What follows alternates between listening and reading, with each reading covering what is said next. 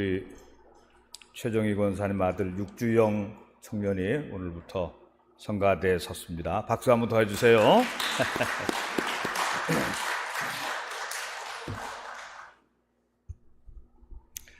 우리 옆에 좌우에 앉으신 분들하고 인사합시다. 3월 26일 3월 마지막 주일인데 하나님의 은혜가 봄볕처럼 따뜻하게 성령으로 여러분들의 심령에 가득히 임하시기를, 당신의 심령에 성령이 가득히 임하시기를 축복합니다. 인사하세요.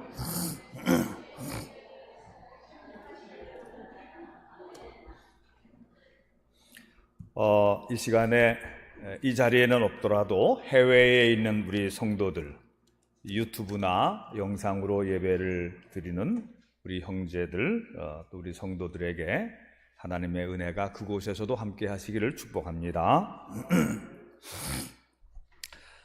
마태복음 1장 1절은 아브라함과 다윗의 자손 예수 그리스도의 계보라, 이렇게 시작이 됩니다. 아브라함의 후손이며 또 예수 그리스도의 조상으로서의 다윗은 어떤 사람인가? 모세가 출애굽을 인도했고 또 모세의 후계자 여호수아가 가나안 땅을 정복한 후에 사사시대를 지나서 사무엘 선지자 시대의 끝자락에 등장한 사람이 이 다윗이라는 사람이에요.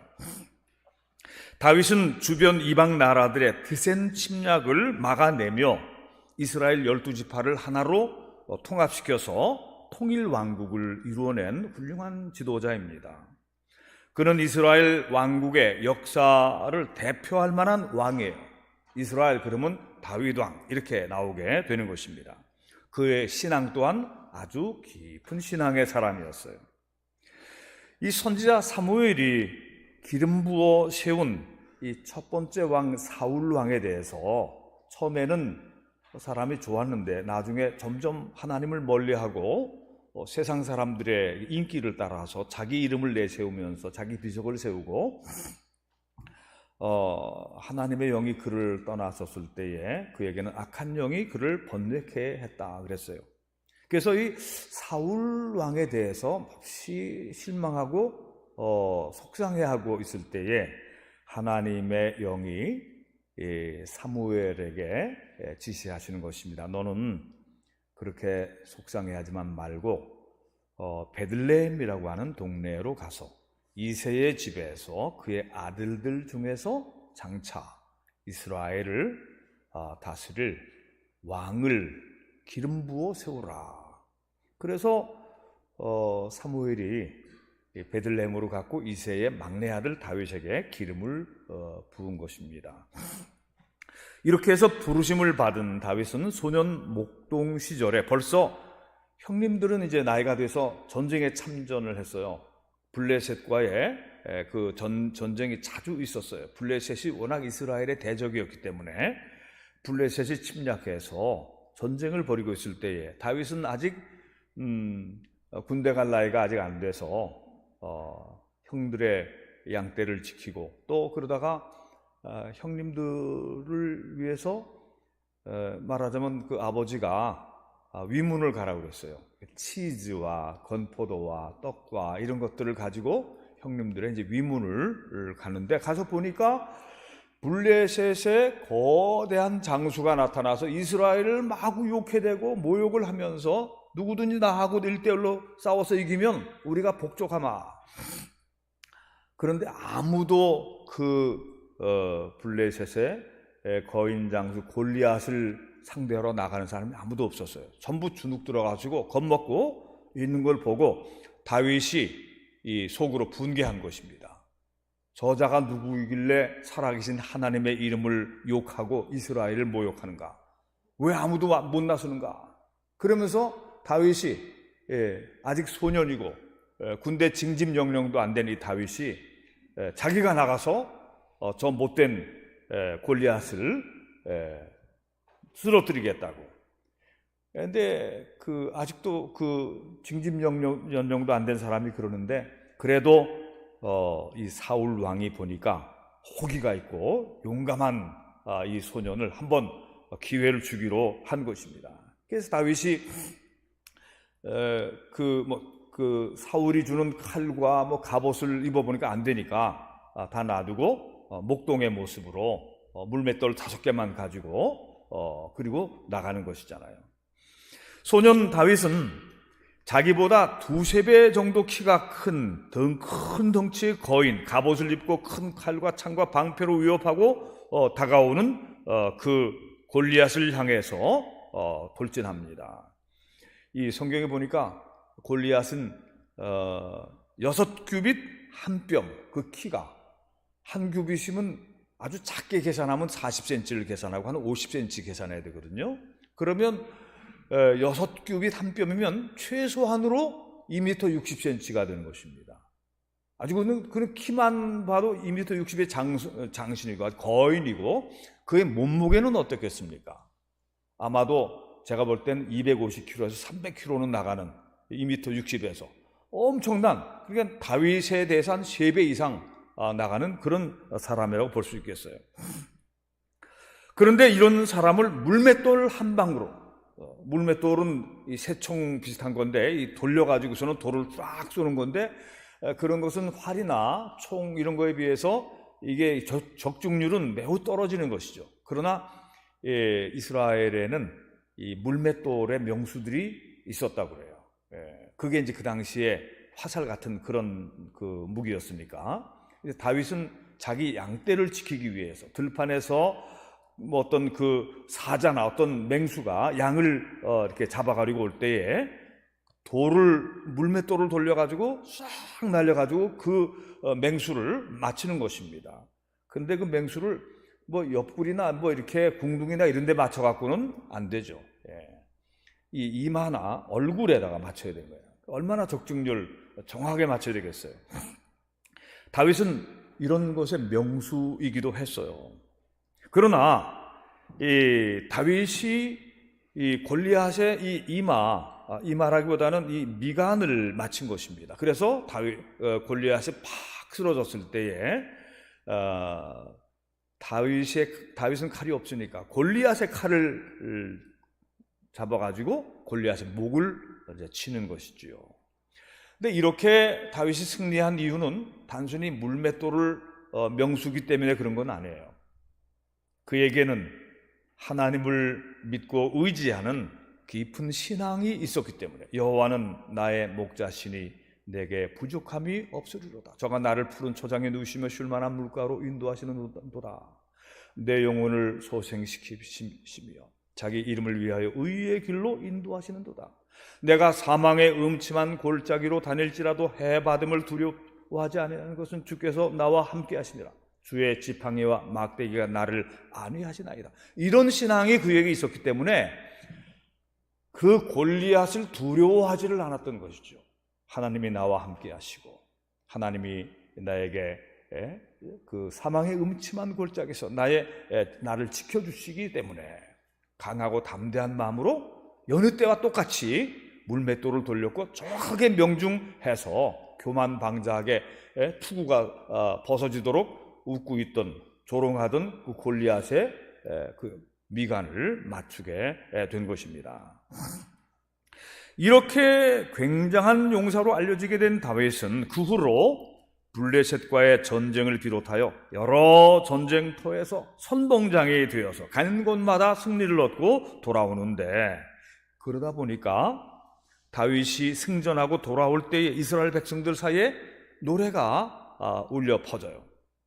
사울이 죽인 자는 천천히요 다윗이 죽인 자는 만만이라. 곡조가 어떻게 흘러간지는 모르겠지만 이런 가사의 노래들이 흘러오고 있어요. 자, 이 가사를 보면 사울도 옛날에 용맹한 사람이었거든요. 근데 사울에 비해서 비교할 수 없이 뛰어난 다윗을 찬양하고 있는 것입니다.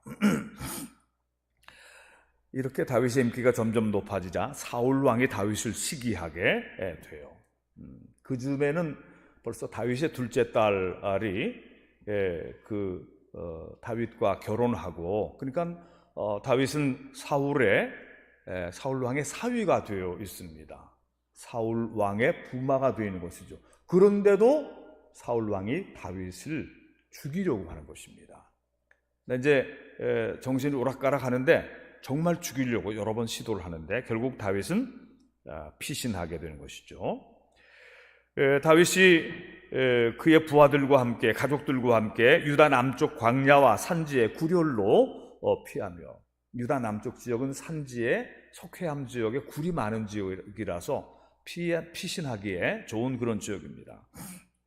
그러나 이제 3,000명 이상의 군대를 데리고 다윗을 죽이려고 오는 이 사울 왕을 피하다가 나중에 더 이상 피할 곳이 없어지게 되자 다윗은 블레셋의 아기스 왕에게 잠시 위장, 망명을 하게 되는 것입니다. 몇 년간 그의 부하로 지내게 되는 것입니다. 그렇게 해서 사망의 음침한 골짜기를 통과한 후에 사울 왕이 블레셋과의 전쟁 중에 전사했다고 하는 소식을 듣고 나서 비로소 다시 이스라엘로, 남쪽 유다 지역으로 다시 돌아가서 거기서 이제 왕이 되고 나중에는 통일 왕국의 왕이 되는 것이죠. 자, 이런 다윗이 아브라함 이후 예수 그리스도가 탄생하기 전까지 가장 위대한 왕으로 일컬어지게 된 원인이 어디에 있을까? 가장 성공한 왕, 가장 유명한 왕, 가장 존경하는 왕, 메시아의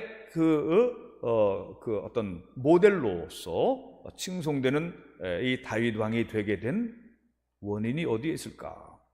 여러 가지 이유가 있겠지만 그 중에 중요한 하나가 다윗에게는 영적인 멘토가 있었기 때문이다. 이 멘토라는 말은 히라버 단어인데 스승이라는 그런 뜻이에요.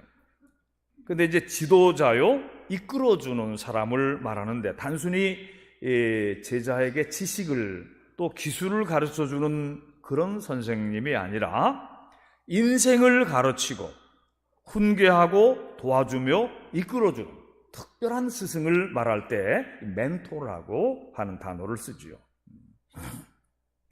이 다윗에게는 아주 훌륭한 멘토, 영적인 멘토가 몇 분이 있었어요.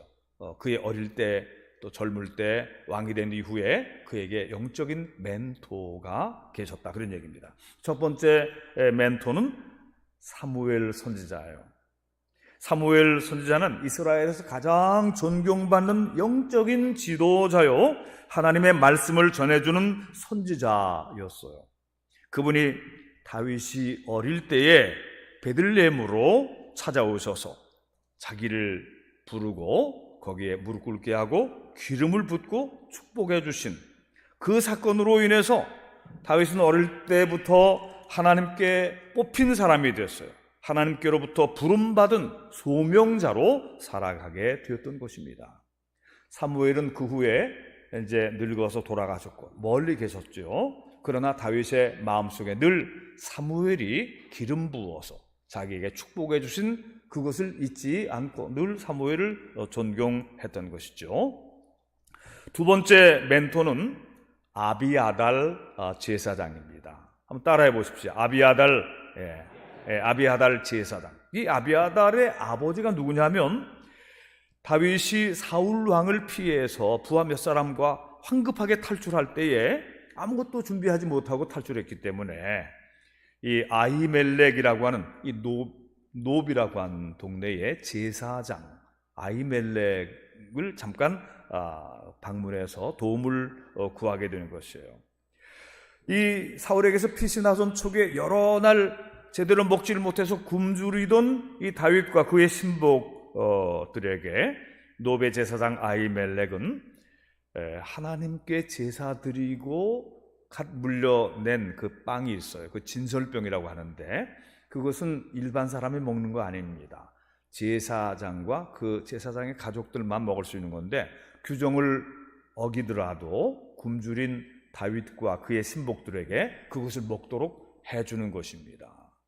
그리고 아무것도 갖고 나오지 못한 다윗에게 옛날 여러 해 전에 다윗이 골리앗을 쳐 죽였을 때 그 골리앗의 칼을 거기에 소장하고 있었는데 보관하고 있었는데 그 골리앗의 칼을 다윗에게 건네주는 것입니다. 자, 이렇게 다윗을 도와준 것이 나중에 사울 왕에게 들어갔어요. 사울 왕이 이 아히멜렉을 능지처참한 것입니다. 사울이 하나님의 종 제사장 아히멜렉을 죽이고 그뿐만 아니라 노베 함께 살고 있는 많은 제사장 가족들이 있었는데 노베 제사장 가족들 전부를 다 살해하는 것입니다. 사울 왕이 처음에는 좋았는데 점점 하나님의 영이 떠나고 악령이 그를 괴롭게 한 후에 이와 같이 아주 사악한 일을 또 벌이게 되는 것이죠. 이런 그 불행한 사건이 있었을 때에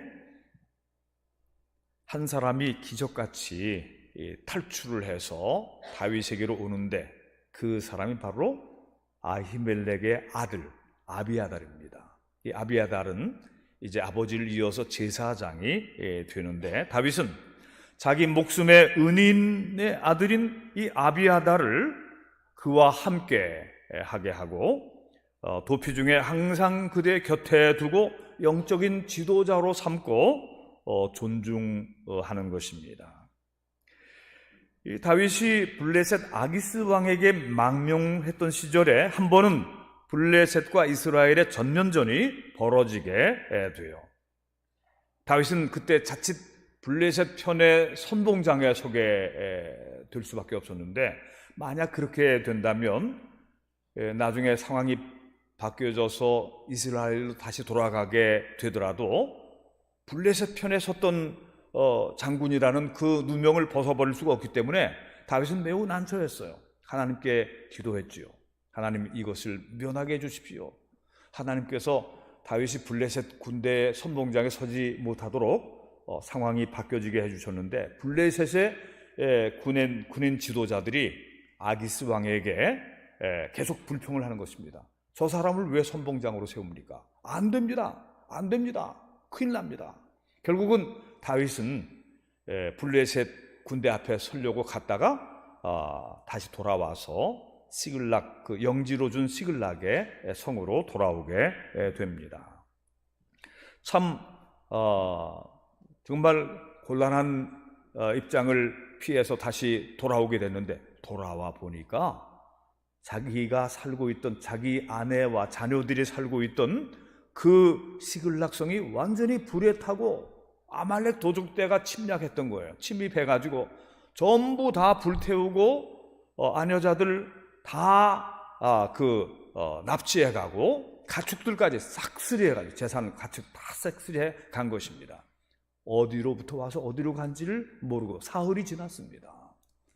다윗이 크게 당황했고 다윗의 부하들 용사들인데 그동안 어려운 일을 다 겪으면서 살아남은 사람들인데 가족들까지 다 없어지니까 아주 낙담해서 다 주저앉아서 울었어요.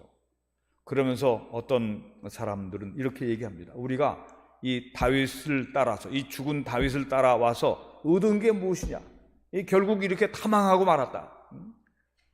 우리 다윗 주군을 죽이고 우리 다 각자 흩어져서 갈 데로 가자. 이렇게 말하는 사람까지 생기는 아주 큰 위기를 당했어요.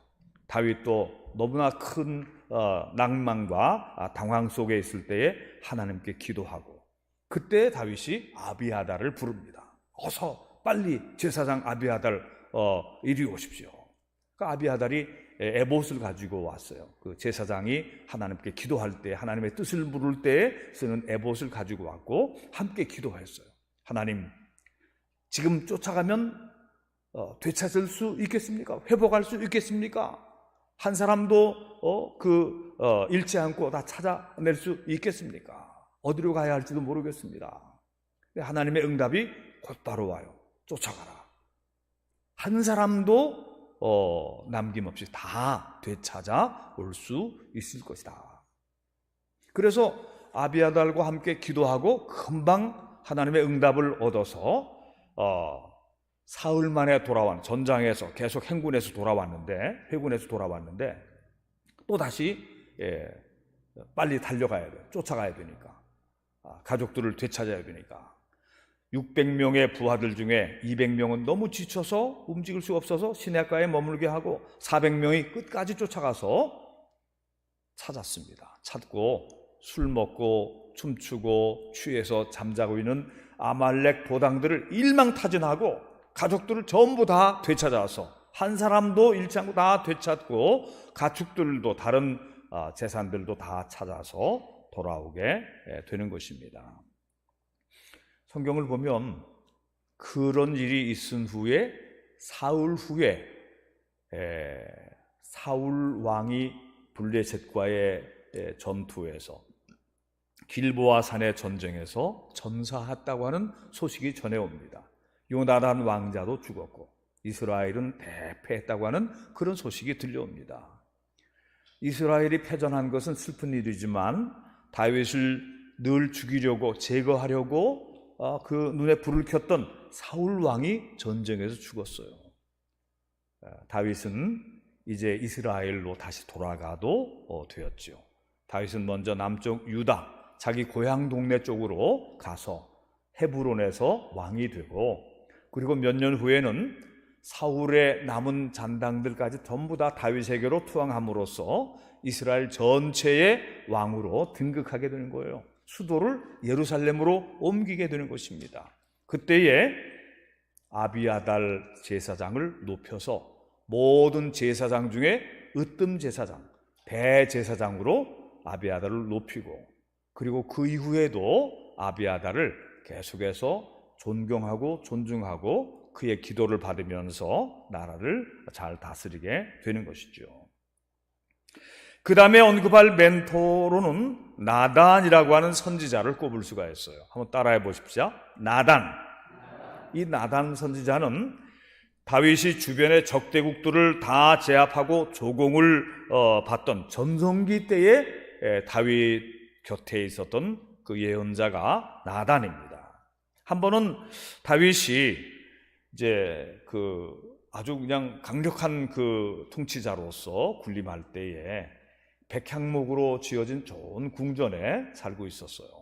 근데 살면서 가만히 묵상해 볼 때 나는 이렇게 좋은 궁전에 살고 있는데 하나님의 언약궤는 이 텐트, 장막 속에 모셔 있으니 이것이 옳지 못하도다. 하나님의 언약궤를 모실 그리고 하나님의 이름으로 세워질 성전을 내가 잘 지어서 하나님께 봉헌해 드려야 되겠다. 근데 이 마음을 이 나단 선지자에게 이제 얘기를 했어요. 나단 선지자가 임금님 좋으신 생각입니다. 임금님의 뜻대로 행하십시오. 이제 이러고서 나단이 집에 갔는데 밤에 하나님의 음성이 나단에게 들려오는 것입니다. 오늘 읽은 본문 속에 있는 내용이에요. 내가 언제 너희에게 내 집을 지으라고 명령했느냐? 지금은 내 집을 지을 때가 아니고 이제 다윗의 아들 때에 가서 그때 집을 짓도록 하여라. 그러나 다윗이 나를 위하여 집을 지어주는 것이 아니라 내가 다윗을 위하여 집을 세워주리라. 그리고 다윗이 죽은 다음에도 그 후손으로 왕이 계속 이어지게 그렇게 내가 해주리라. 인간적인 실수가 있더라도 내가 버리지 아니하고 다윗과 영원한 언약을 맺을 것이다. 그리고 다윗이 그 세운 이 예루살렘이라고 하는 도시를 거룩하게 구별해서 하나님의 언약궤가 있는 도시잖아요. 다윗이 그 언약궤를 아비나답의 집에 있던 언약궤를 그 모시고 올 때에 막 춤추면서 기뻐하면서 그 언약궤를 예루살렘으로 모셔왔거든요.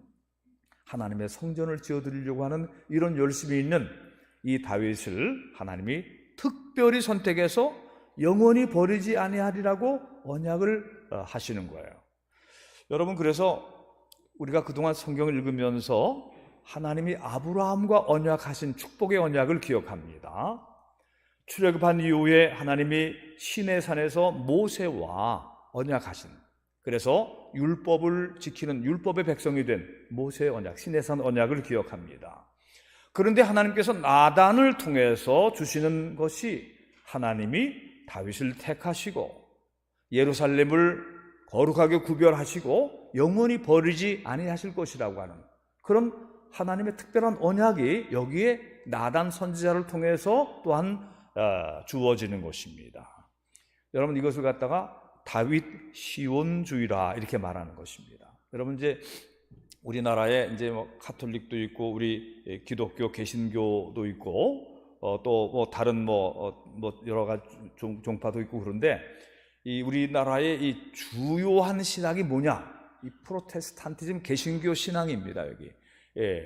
그런데 이 메인 신학이 이스라엘 이 다윗 시대의 메인 주류의 신학이 있는데 그것이 바로 다윗 시온주예요. 하나님이 다윗을 선택하셨다. 하나님이 예루살렘을 선택하셨다.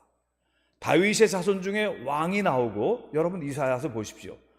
다윗의 이세 가지에서 한 줄기가 나고, 그 이세 다윗 집안 얘기예요. 거기서 한 가지가 무성하게 그래서 결실을 맺을 것인데 한 아기가 나올 것이고 그 아기가 세상의 위대한 구세주가 될 것이라고 하는 이런 예언이 바로 다윗 시온주의 이 신앙에서부터 나오는 것입니다. 이게 다윗은 특별한 존재인 거예요. 예루살렘은 특별한 곳이고 다른 곳은 다 망하더라도 다윗 계열과 예루살렘은 특별히 보호를 받게 된다고 하는 그런 신앙이 거기에 아주 강력하게 생겨난 거예요. 이게 나단 선지자와 연결되어 있는 주류 신앙인 것입니다. 이런 신앙은 말이죠, 이스라엘 사람들, 특별히 유다와 예루살렘에 사는 성도들에게 굉장히 안정적인 믿음을 준 거예요. 하나님이 우리를 선택하셨어. 다윗 왕이 우리를 다스려. 다윗 왕의 후계가 우리를 다스려. 이 예루살렘은 하나님이 특별히 보호하시는 성이야. 하나님의 보호하심 속에 언약의 백성이라는 이런 것이 아브라함, 모세, 다윗 이렇게 연결되는 것입니다. 그러면서 나중에 연결되는 것이 예수 그리스도 안에서 오늘 교회와 믿음을 가진 온 세상으로 연결이 되는 것이죠. 그런데 한 번은 이 다윗이 큰 시험에 빠진 적이 있었어요. 다윗의 군대가 암몬을 치러 나갔습니다. 뭐 게임이 안 되는 전쟁이에요. 그래서 다윗은 안 나가고 다윗의 부하 중에서 그냥 나갔습니다. 다윗은 궁정에서 편안하게 지내면서 오후에 느즈마키 궁정의 옥상을 거닐다가 궁정의 이웃한 집들을 보게 됐는데 거기서 한 여인이 목욕을 하고 있는 거예요. 아주 미인 그 여인을 보면서 그 여성을 궁정으로 들어오게 하는 것입니다. 그래서 나중에 알고 보니 그 여인이 자기의 충성된 부하 햇사람 우리야 장군의 아내 밧세바였던 것이죠. 다윗은 바와 간통한 사실을 숨기려고 여러 가지 계책을 쓰다가 잘 안 되니까 우리야 장군을 암몬과의 전투가 가장 격렬한 지역으로 배치하여 싸우다가 군대를 뒤로 싹 빼는 아주 야비한 비겁한 그런 그 모략을 써서 이 햇사람 우리야 장군이 전사하게 만드는 것입니다. 그리고 나서 미망인이 된 밧세바를 자기 아내로 데리고 오는 것입니다. 이 다윗 왕의 권세가 하도 막강했기 때문에 이 일에 대해서 아는 신하들도 쉬쉬하고 아무 말도 못하고 있었어요. 그러던 어느 날 선지자 나단이 다윗 왕을 만나러 궁정으로 들어옵니다. 다윗은 선지자 나단을 여느 때처럼 정중히 맞이합니다. 하나님의 사람이 어서 오십시오. 선지자 나단은 마치 어떤 민원을 해결해 달라는 듯이 이야기를 시작합니다. 임금님, 어느 동네에 두 사람이 살고 있었는데 한 사람은 부자라서 양을 많이 소유하고 있었습니다. 근데 다른 한 사람은 가난해서 어린 암양 새끼 한 마리밖에는 가진 게 없었습니다. 그런데 그 부잣집에 손님이 찾아왔을 때 그 부자가 자기 손님을 대접하려고 가난한 사람이 가지고 있는 한 마리 암양을 빼앗아다가 그것으로 손님을 대접을 했습니다. 임금님, 이런 자를 어떻게 해야 되겠습니까? 다윗이 원래 선하고 의로운 사람 아니에요. 그런 자를 절대로 살려둘 수 없다. 그 자는 당장 4배로 갚지 않으면 그의 벌을 받아야 될 것이다. 나단이, 그게 바로 당신이요, 그게 바로 임금님 당신입니다, 탁 지적했을 때에 다윗은 숨기지 않았습니다. 자기가 죄를 지었다고 고백합니다. 내가 죄를 지었습니다. 내가 우리야 장군을 죽이고 그의 아내를 빼앗은 죄를 지었습니다. 어떻게 해야 되겠습니까? 그렇게 다윗이 눈물로 회개를 해요. 선지자 나단은 이렇게 말합니다. 하나님께서 임금님을 용서하실 것입니다. 그러나 이후로 사탄의 빌미를 주었기 때문에 임금님의 집안과 앞으로의 여러 가지 일들 중에 환난과 고난이 많을 겁니다. 자, 그 이후로 말이죠, 다윗은 더욱 성자 같은 삶을 살았어요. 다윗은 이런 정말 나쁜 짓을 저질렀지만 이 영적인 멘토, 이 나단을 통해서 직고를 받고 직언을 받고 회개를 하고 뉘우친 후에 그는 정말 눈물로 회개를 했어요. 하나님이 그의 첫 번째 아들을 치셨습니다. 밧세바가 낳은 첫 번째 아들을 치고 두 번째 난 아들이 이제 솔로몬인데, 그 이후로도 압살롬 왕의 그 반란이라든가 많은 어려운 문제들이 생겨나게 되고, 다윗은 그때마다 자기 자신을 낮추고 겸손한 그런 그 삶으로 성자처럼 살게 됐어요. 사랑하는 성도 여러분들이요, 여러분의 인생의 멘토는 누구입니까? 멘토가 있습니까? 없습니까?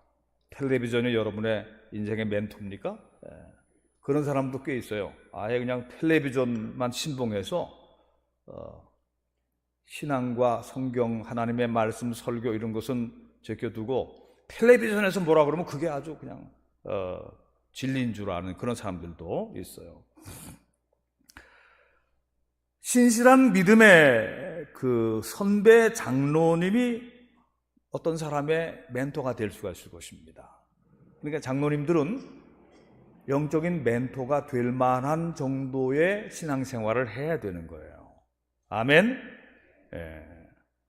권사님들도 그러면 좋은데 자기 자신이나 간신히 유지하는 정도의 신앙 갖고는 우리가 믿음을 가지고 있는 사람이다 얘기하기가 좀 곤란하지요.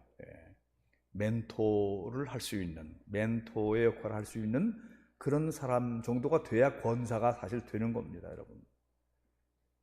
집사님도 더욱 믿음 생활 잘 하시기를 바라고요. 믿음으로 기도하고 사랑으로 훈계하는 선생님이나 또 학교의 교수님, 이런 분들도 학생들에게 인생의 멘토가 되어줄 수가 있어요. 요즘은 참 더 희귀해졌지만 학교에 정말 훌륭한 교수님들 또 선생님들이 있었어요. 그런 선생님은 단순히 지식만 가르치고 기술만 가르치는 그런 걸 넘어서서 기도해주고 상담해주고 말씀으로 영적인 그 코칭을 해주는 인생의 그런 훌륭한 멘토 선생님들이 계셨다, 그런 얘기입니다. 지금도 없지는 않지만 아쉽지요. 그런 분들이 많이 생겨나야 됩니다. 담임 목사님은 이 설교자와 제사장의 역할을 더해서 성도들의 영적인 멘토 역할을 해줄 수 있는 분입니다. 사모님 같은 경우에도 여성들에게 영적인 멘토의 역할을 해줄 수 있는 것이죠. 그래서 가까이 뵙고 말씀을 듣고 인생의 코칭을 받을 수 있는 분이 바로 그 멘토인 것이죠. 그래서 영적인 멘토가 없는 사람은 한마디로 크게 뭐가 결여된 사람입니다. 불행한 사람입니다. 그래서 얼마나 많은 사람들이 허무한 길에서 헤매다가 폐인이 돼요. 인생이 아주 망가진 인생이 되어버리는 거예요. 영적인 멘토가 없으면 그렇게 된다는 얘기예요. 그래서 불행하게 되거나 극단적인 선택을 하게 되는 경우, 마약을 하거나 범죄에 연루되거나 뭐 그렇지 않다 하더라도 영적인 멘토가 없는 인생은 불행하고 허무하게 된 그런 경우를 많이 봅니다. 여러분, 제가 이름은 말하지 않더라도 30대에 아주 말 잘하고 머리 똑똑하고 그래서 뭐 어느 당대표까지 하고 뭐 그러던 사람 있잖아요. 그 왜 망했나? 스펙도 최고로 좋던데 왜 망했나? 영적인 멘토가 없어요. 지 혼자 잘났어요. 영적인 멘토가 없는 겁니다. 젊은이로서 연기를 잘하던 유아인, 나도 그 젊은 그 배우를 좋게 봤는데 보니까 완전히 마약으로 그냥 범벅되어 있는 인생 아니에요? N번방의 피해자들, 또 N번방 그 수감된 사람들, 어린애들, 소년들, 청년들 그 포르노 뭐 그런 거 그 유포하고 돈 받고 뭐 이러는 사람들 말이죠. 다 불행하게 됐는데 이 사람들에게는 영적인 멘토가 그들에게 없었다는 얘기죠. 오늘날 많은 사람들이 다 그래요. 영적인 멘토가 없어요. 돈을 수천억 대, 조대 돈을 가지고 있어도 영적인 멘토가 없으니까 그 인생이 방황하는 인생이 되고 마는 거예요. 폐인이 되고 그 자식들이 망하게 되고 그렇게 되는 것입니다. 영적인 멘토가 없기 때문에 그렇게 되는 것입니다. 우리가 믿음 생활하는 것은 영적인 멘토를 따라가는 길이기도 합니다. 여러분들은 영적인 멘토를 정하시고 또 가까이 하고 말씀을 귀를 기울이고 그 가르침을 받기를 바라는 것입니다. 봄철 대신방은 영적 멘토를 집으로 모셔서 말씀을 듣고 축복을 받는 그런 자리이기도 한 것이에요. 우리 인생의 변함없고 완전한 멘토는 예수님이시죠. 아멘. 우리는 죽으시고 우리 위해 죽으시고 부활하신 예수님, 그리고 임마누엘 하신 예수님을 향해서 늘 기도하고 또 그분의 음성을 기다리고 얼굴을 바라보고 주께서 하시는 말씀, 성령으로 들려오는 말씀을 따라서 살아가는 그런 신앙인들입니다. 그게 그리스도인이죠. 예수님을 인생의 멘토로 삼고 살아갑니다. 그러면 우리 인생이 참으로 훌륭하고 존귀하게 여김받는 인생이 될 것입니다. 위기와 시험과 또 절망과 여러 가지 우여곡절 속에 그것으로 끝나고 엎어지고 넘어지고 폐인이 되고 극단적 선택하고 이런 것이 아니라 그런 걸 다 이겨내고 슬기롭게 극복하고 다윗이 성자가 되고 메시아의 조상이 되는 것처럼 정말 다윗은 그냥 용사, 전사뿐만 아니라 위대한 왕뿐만 아니라 그의 이름이 메시아와 연결되어서 일컬어지는 훌륭한 신앙의 왕으로 기억되듯이 우리의 인생도 영적인 멘토 예수님을 따르고 목회자 따르고 신앙생활을 잘하는 가운데 서로 또 멘토 역할도 같이 또 도와주면서 따르는 사람을 멘티라고 그래요. 그렇게 해서 살아가면 하나님을 더욱 사랑하고 예수님을 통해 영적인 멘토링을 받아서 진정 성공하는 그런 인생들이 다 되시기를 주님의 이름으로 축원합니다. 기도하십시다.